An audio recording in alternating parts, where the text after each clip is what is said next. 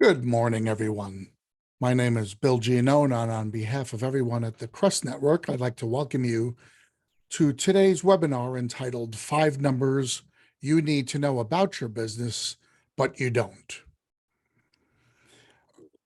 I'm a big proponent all the time of knowing your numbers. I talk about this at length, not only on podcasts that we do on Spotify, but also when I'm presenting in front of groups or when I'm just talking to owners and managers. I think it's really important for an owner to know a lot of the different numbers that make up their company.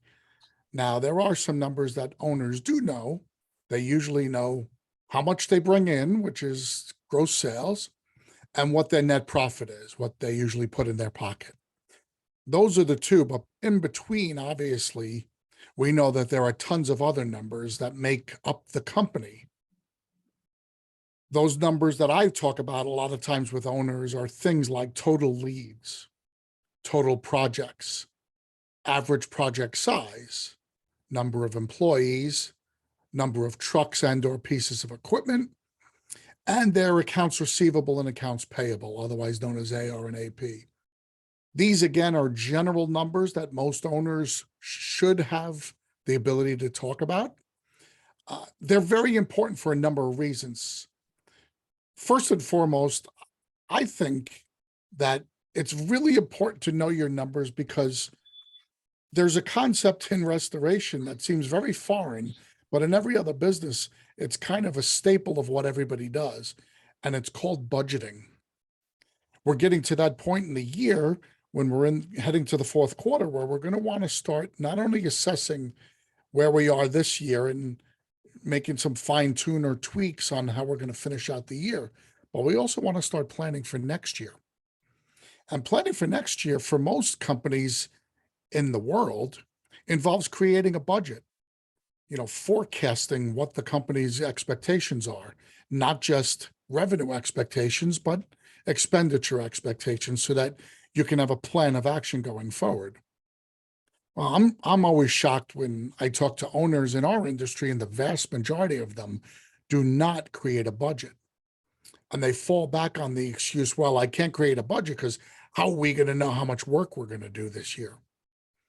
Well, in the most technical sense of the word, you can't know what work you're going to do, but you can make some really good plans based on the numbers that your company produces now and in the last couple of years.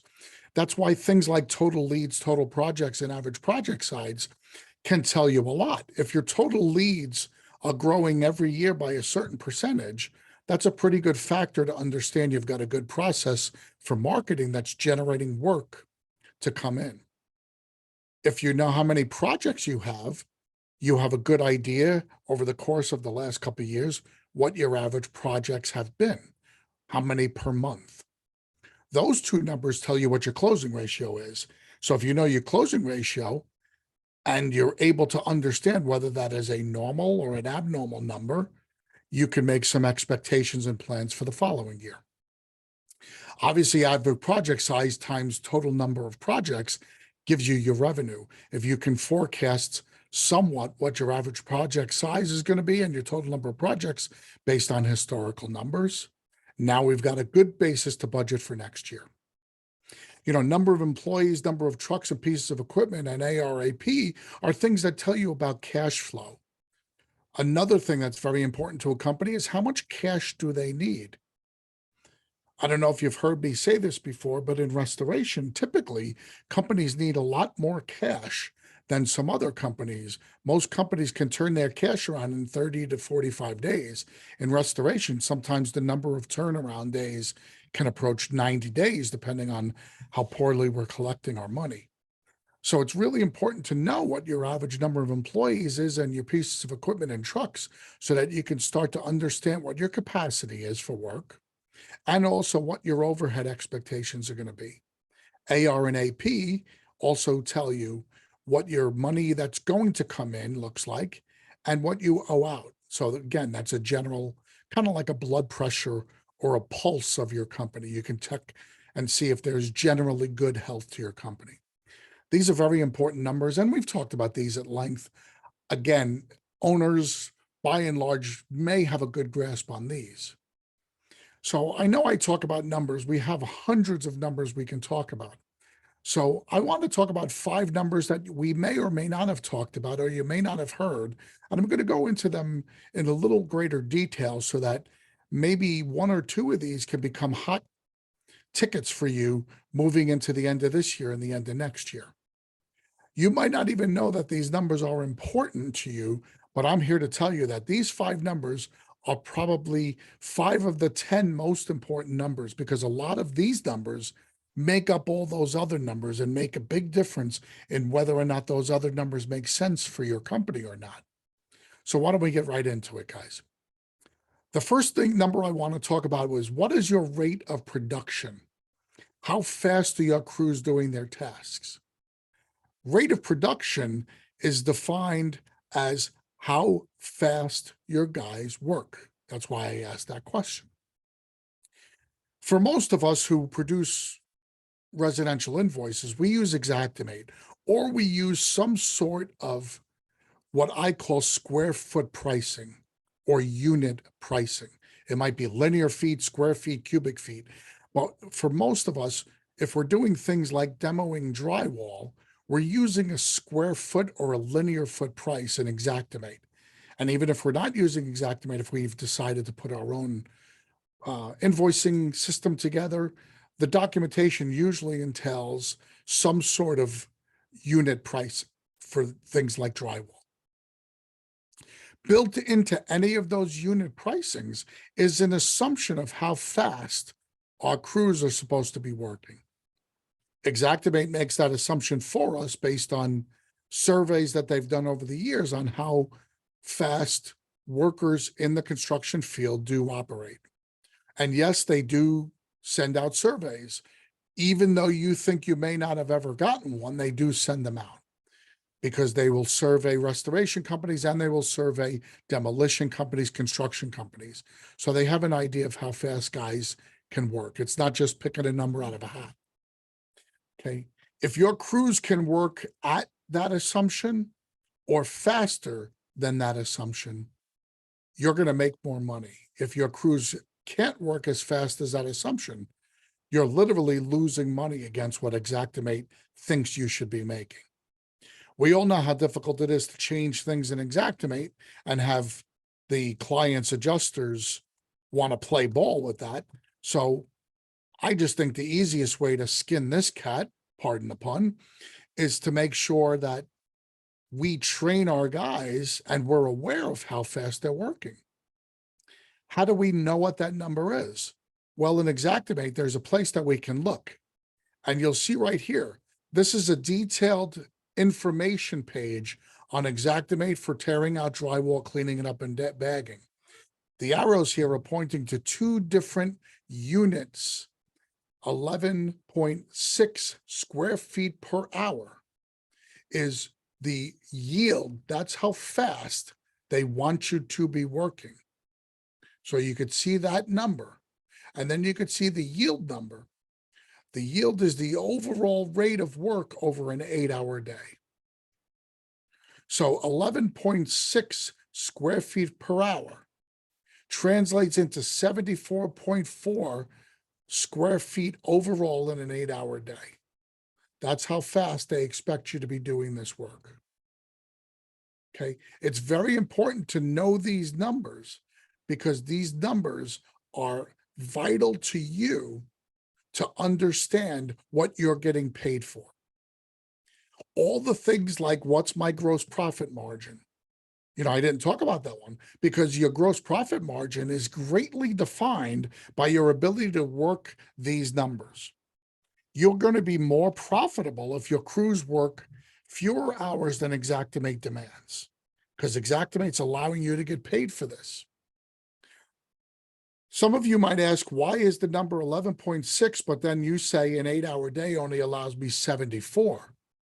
Well, there's something that Xactimate builds in, and it's called supporting events. You'll see the column in between direct yield and yield specifically says 33.333, and that's a percent. What they do in Xactimate is they assume that when you're working in a restoration or a mitigation environment, that there are certain things that are going to slow down the normal rate of process.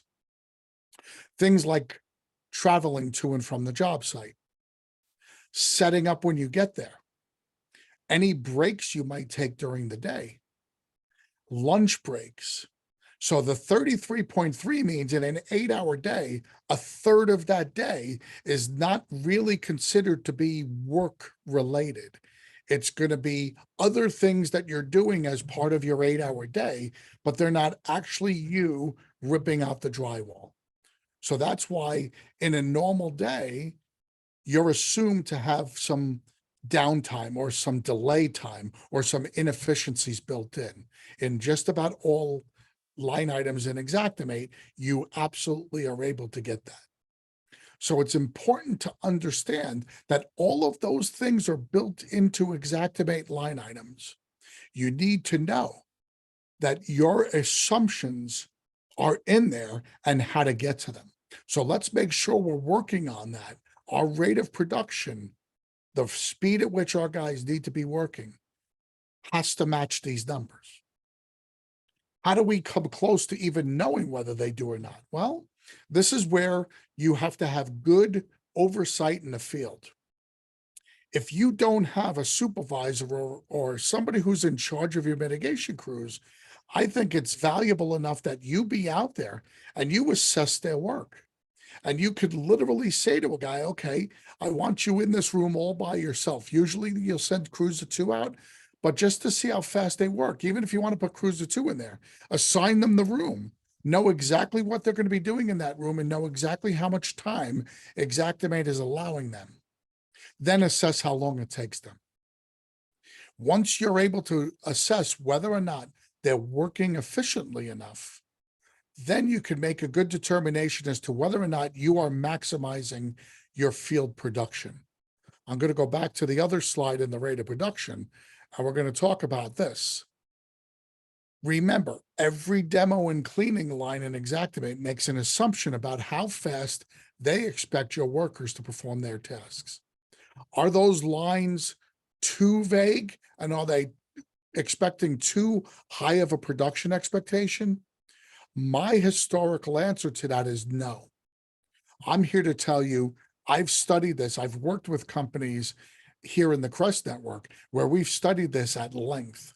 And by and large, at least as it relates to mitigation, they're giving us enough money and enough time in these line items for us to be profitable if we're making sure our crews are working well enough. So let's understand that. Here's the sheet. Let's know that that's what we're looking for. Again, direct yield, 111 square feet an hour. 74 square feet an hour is what we call the direct, is what we call the yield. So if your guys aren't working, when they're working, they need to be doing 111. But at the end of the day, if they're not doing 74 square feet times 8 hours, they're not doing their job. They should be able to demo. Basically, this is saying they should be able to demo a 500 square foot of drywall in a day. Okay, simple enough. The next number that we don't talk enough about is the time to invoice. You hear me talk about the invoice a lot, but it's really important that you should be assessing how long it's taking your guys to get your bill out. Most companies, especially most restoration companies, are pretty good about emergency response. You know, we know we build our company around 24/7 response. Some of us even use advertising on our website, 60-minute guaranteed on-time arrival. You know, all of that's fine and well and good, but it's all related to production.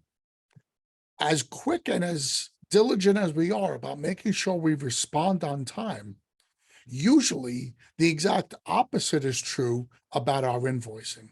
We usually don't spend a lot of time preparing for the invoice while we're doing the work.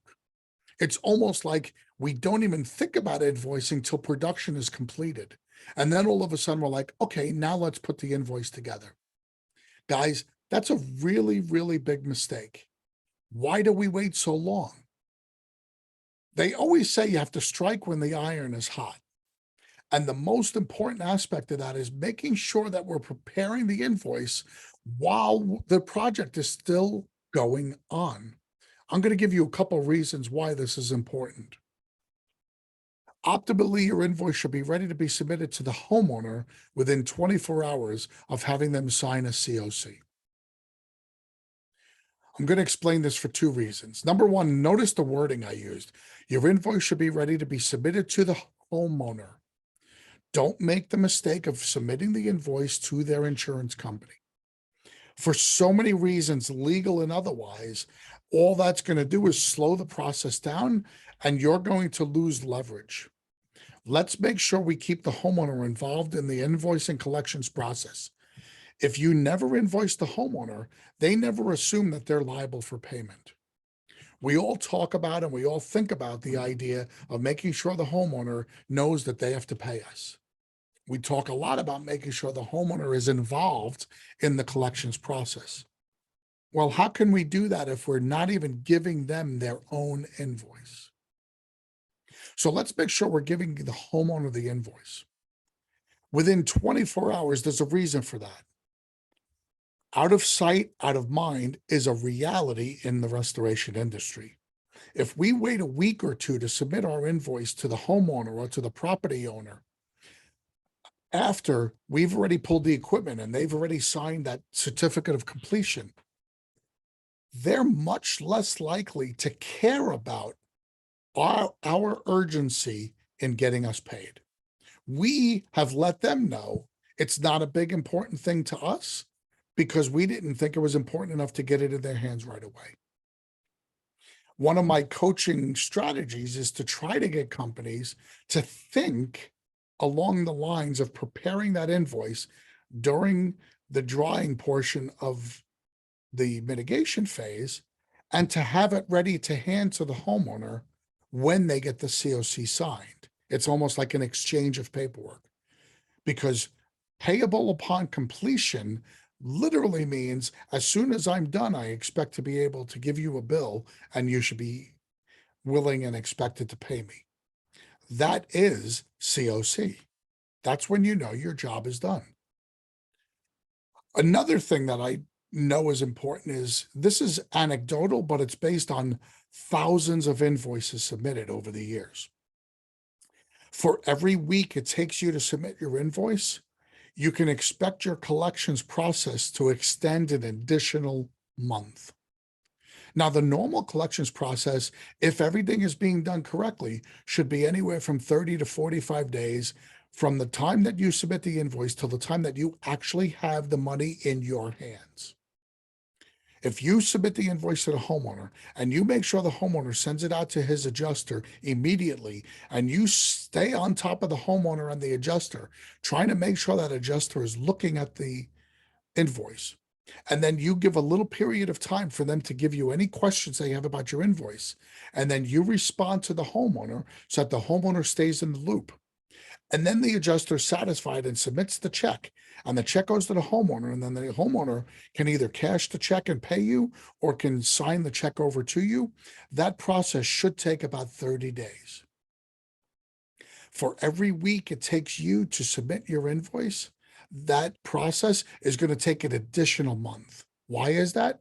I said it before, out of sight, out of mind. It's also top of mind. If an adjuster knows that they have a claim that's 5 or 6 days old and they get the invoice right away, they're going to look at it right away. But if they have a claim that's 3 weeks old, how many more claims have they gotten on their desk in that period of time? You're kind of at the bottom of that pile. So when the invoice gets to them from the homeowner, they're going to look at it when they get around to it. They're not going to look at it right away. They're going to look at the things that are top of mind for them right away. They don't have to refresh their memory.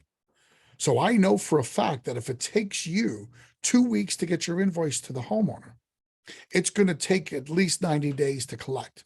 So see what I did there? I'm talking about your time to invoice. I'm not talking about your AR. AR is a different thing. I'm trying to control AR. I can lower your AR by 50 days just by you changing this in your system. Once it's a system where you're submitting it 2 weeks late, I can't change the fact that it's going to take you 90 days to get paid. And what happens when it takes 90 days to get paid? Well, if we're doing everything properly, we're starting to send notices out to our homeowners at about the 45-day mark that we're going to have to place a lien on their homes.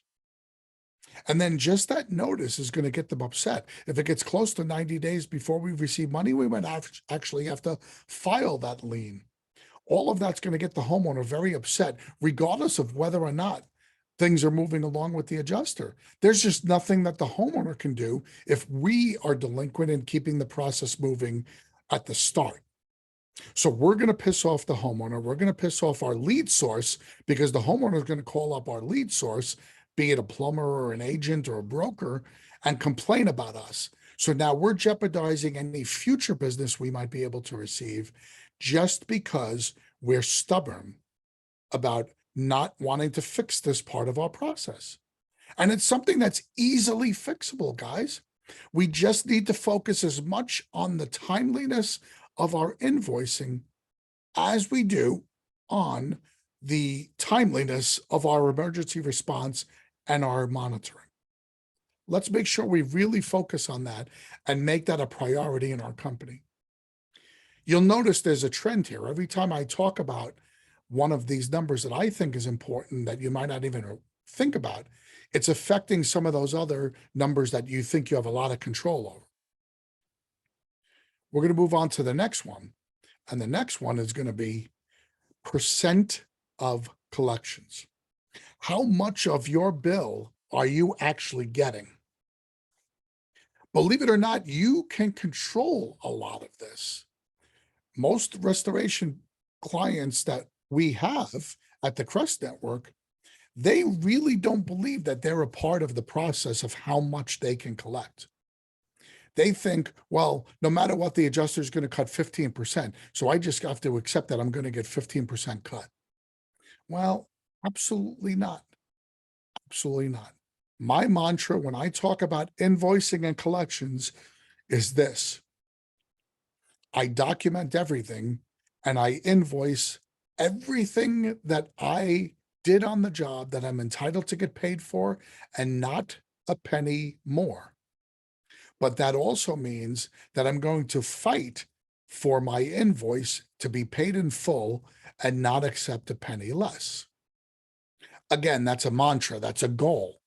We know, like I said previously, if the goal is to get the invoice in the client's hands at the time of the COC, we know that might not be true or practical or possible in every case. So optimally, we want to do it within 24 to 48 hours. In the same vein, we know collecting 100% of every single invoice ever is impossible. We know there are going to be some mistakes we're going to make. We know that in the case of subcarriers, they're not going to recognize some of our charges. And then we have to make a business decision whether or not we're going to go back to our homeowner and tell them that they owe us the difference. Or are we just going to make a business decision that says, well, if I collect 95% of my invoice amount, is that sufficient to help me operate my business? That we have to work on. So the number one thing we have to work on is invoice accuracy. Like I said, we have to make sure that what we're invoicing is what we actually did. We can't be putting 5 days of drying down if we only dried for 3 days. We can't be putting demolition line items down if we didn't literally take out the things we're charging for.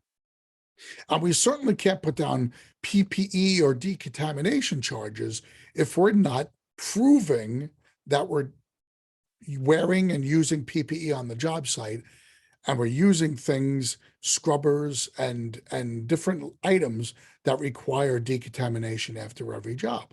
We have to be able to provide proof of that. Yes, take photos in the warehouse of you cleaning your own equipment. That's important. So we need to spend time and effort producing real, accurate, documented invoices. 20 years ago, before I got in the industry, I heard it was the Wild West. I heard you could just literally put anything down, provide no documentation, and by and large, the insurance companies are going to pay you. Well, that doesn't exist anymore. No more than horse-drawn carriages exists in just about 99% of this country. They don't exist. We have moved on. Well, this industry has moved on. In many ways, it has matured to where the insurance company has a much greater control over their own money, and they're going to demand things from us. It doesn't mean they're being crooks. It doesn't mean that they're trying to steal our money. I know I kind of talk against the grain from most people you're going to read on your Facebook pages, or you're going to hear spewing all this venom against the carriers. Yes, there are some practices I don't agree with. But when it comes to this kind of stuff, I think that if you were expecting them to give us $10,000 without coming out, without doing a cavity search on us, I think we should be pretty thorough on the documentation and proof that we give to them. And we should be pretty right that what we're submitting is perfect, as perfect as we can make it. So you have to put the same effort into invoicing and collections that you put into production. I talked about it before. Preparing an invoice quickly is going to get you paid quicker. Preparing an accurate, well-documented invoice, submitting all of that up front, is going to get you paid more. And think about it. At the end of the day, what is the greatest place in your company that you think you're losing profit? I just listed 3 of them. I just gave you 3 numbers. Your rate of production is a great way of determining profitability if you can increase that. If you could get your invoices in quicker, you'll get paid faster, which means you're going to be able to use the same money more often. So you're going to put more money in your pocket. You won't need as big of a float. And now I'm telling you that if you can be very, very diligent and document everything that goes into your invoice and be prepared to defend it with true facts, you're going to collect a higher percentage. Again, all profit that goes in your pocket. Okay. Now we're going to talk about ways to keep money in your pocket. One of the most important numbers of keeping money in your pocket is understanding the overtime hours of your production staff. You should know every single week how many hours your techs are working. And I don't mean just look at their paycheck because you're signing it every week or every 2 weeks and say, oh, wow, this is a big check. I mean, really studying how many hours your guys are working out in the field. We all want to run lean and mean. There's only 2 staffing models in restoration: understaffed or overstaffed. We're never perfectly staffed. So we generally want to be understaffed. And then when the what hits the fan, then we always say, well, we could run out and always get extra people. But sometimes we run so thin that our guys start suffering. And let me explain why they suffer and why it hurts you.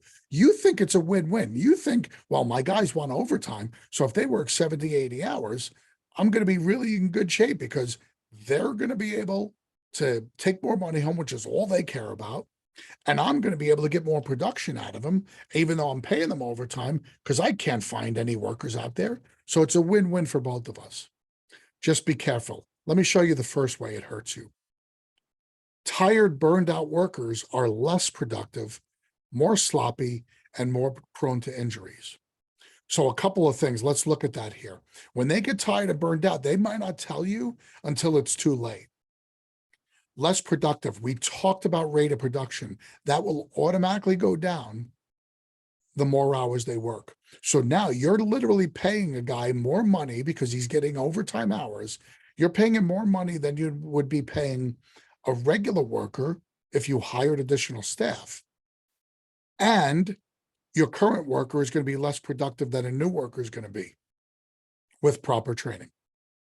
So you have a double whammy there. You're losing money on the worker and you're losing money because they're also being less productive.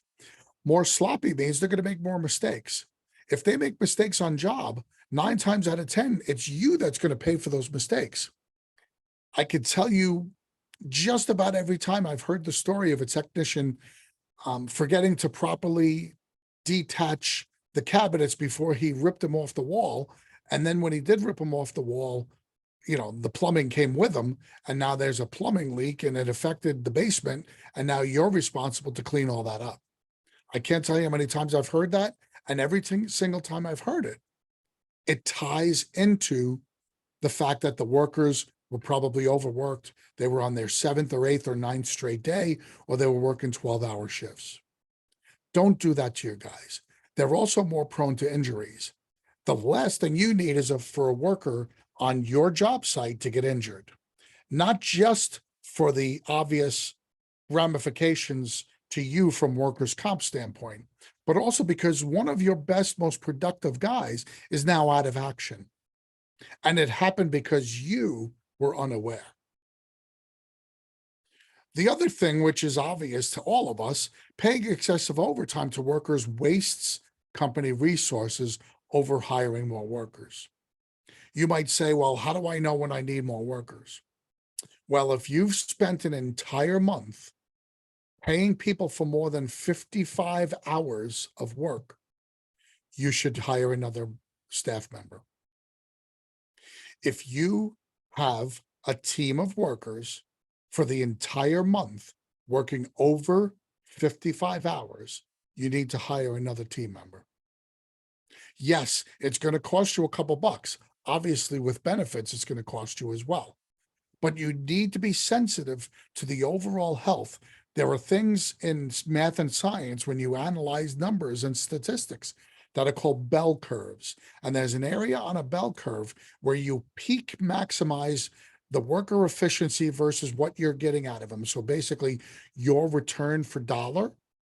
There's a place on the curve that is right around the 50 to 55 hours where they're really happy because they're getting extra overtime and you're still getting really good productivity out of them. And then on top of that, you're going to make sure that you're not spending that additional money to bring on an extra staffer, and you're not suffering through those. So you're getting the most out of your dollars. But after 55 hours, I've done this study. When somebody consistently works 60, 65, 70 hours, their productivity goes down in those last 10 hours.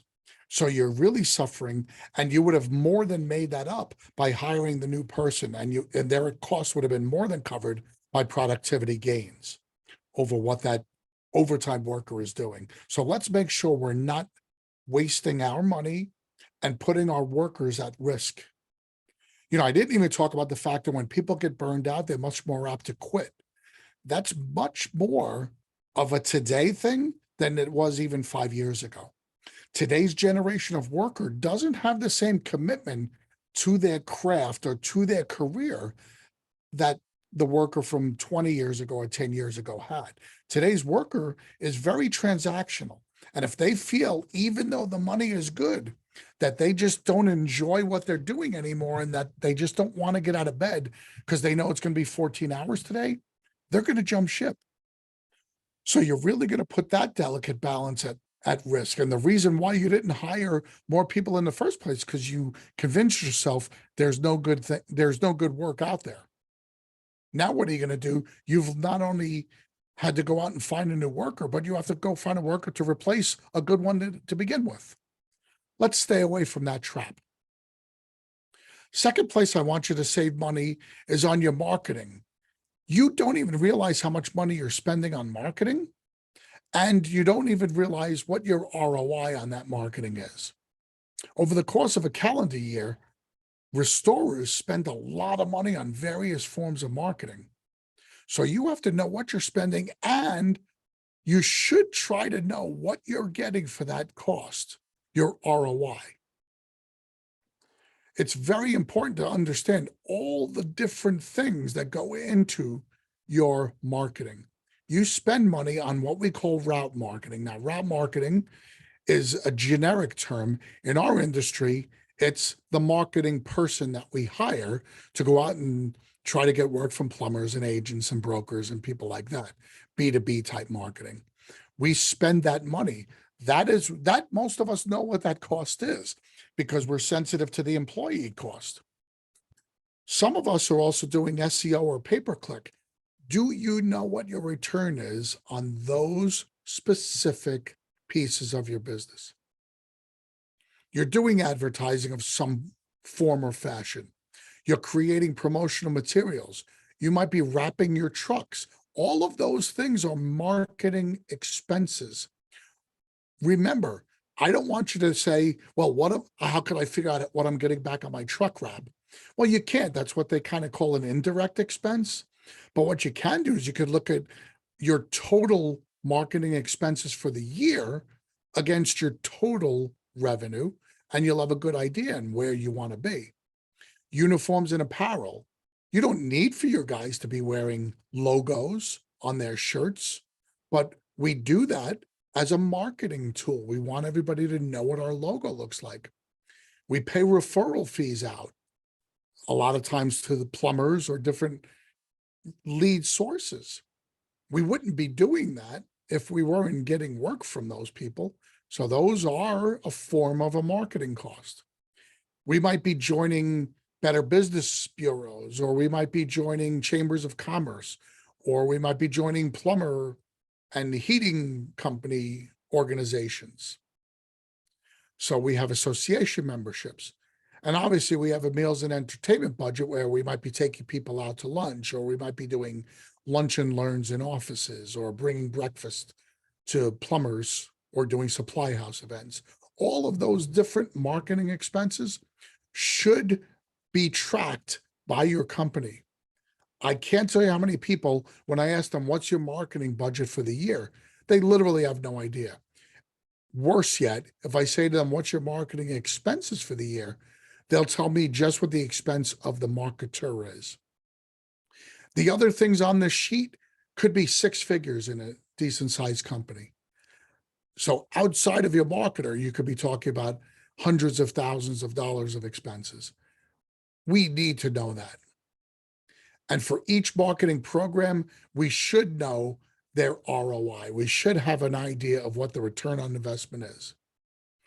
In general, your overall marketing expense commitment should generate about 10 times the cost.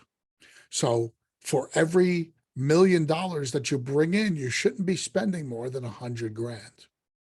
So think about that.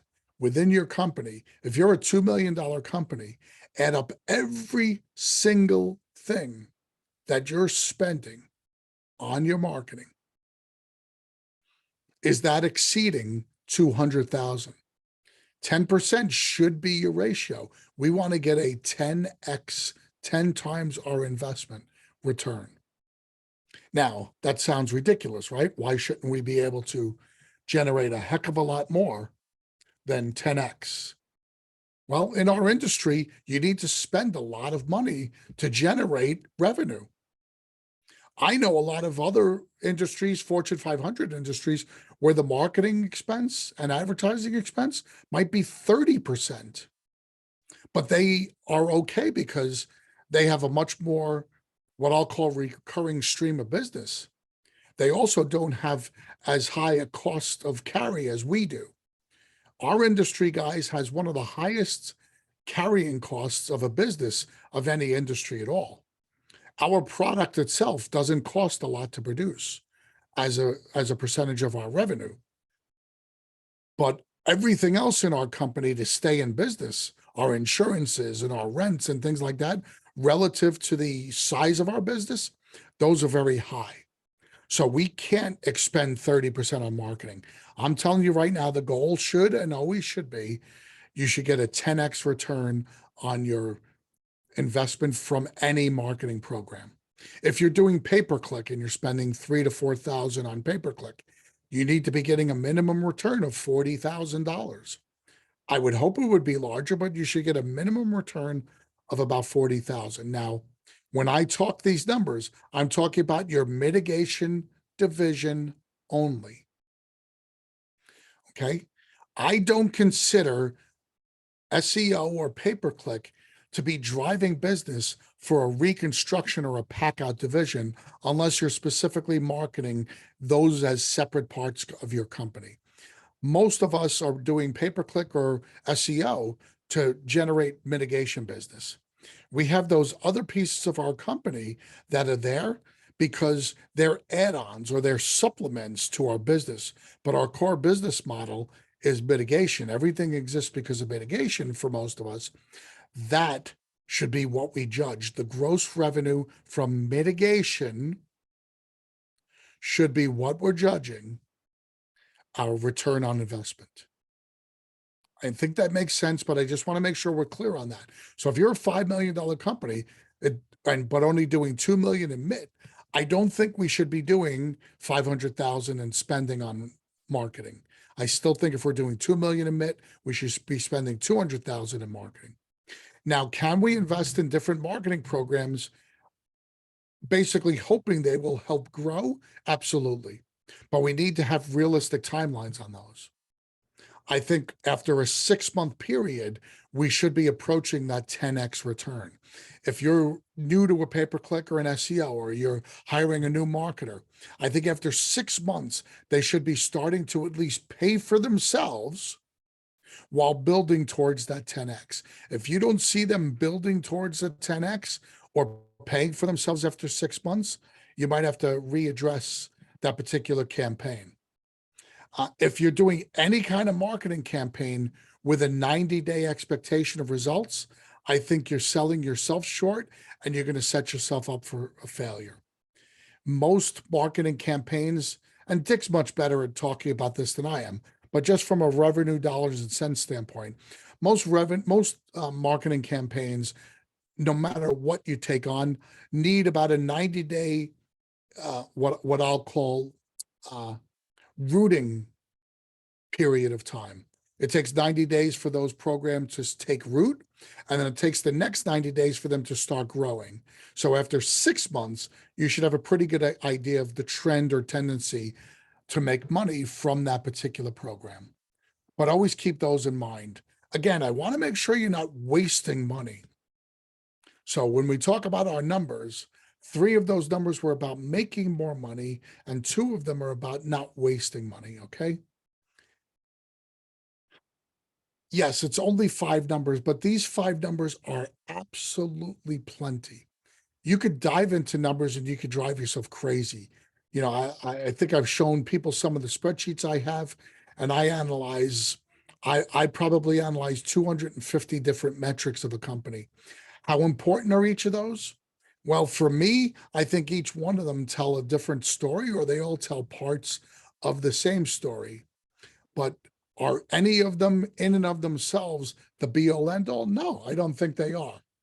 I think if you simply work on knowing these 5 numbers right now, I think over the next 3 months, you're going to put yourself in a much better position going into the new year to put budgets together, to put plans and processes together that are going to guarantee your next year is going to be better than this year. That's why I talked about those. So let's make sure we're aware. Rate of production, how fast our guys are doing their tasks. Time to invoice, how quickly are we getting that invoice out? Percent of the invoice collected, not just how quickly we're getting the invoice out, but how accurate and how well documented are we getting that out? And then how aggressive are we being in assisting the homeowner in getting paid in full? Those 3 are what I call the revenue makers. And the next 2, your staff overtime hours and your marketing costs and ROI, are what I call your revenue savers. So let's concentrate on those 5. That's plenty of work, guys, for the next 3 months. That's going to take a lot of work on your part.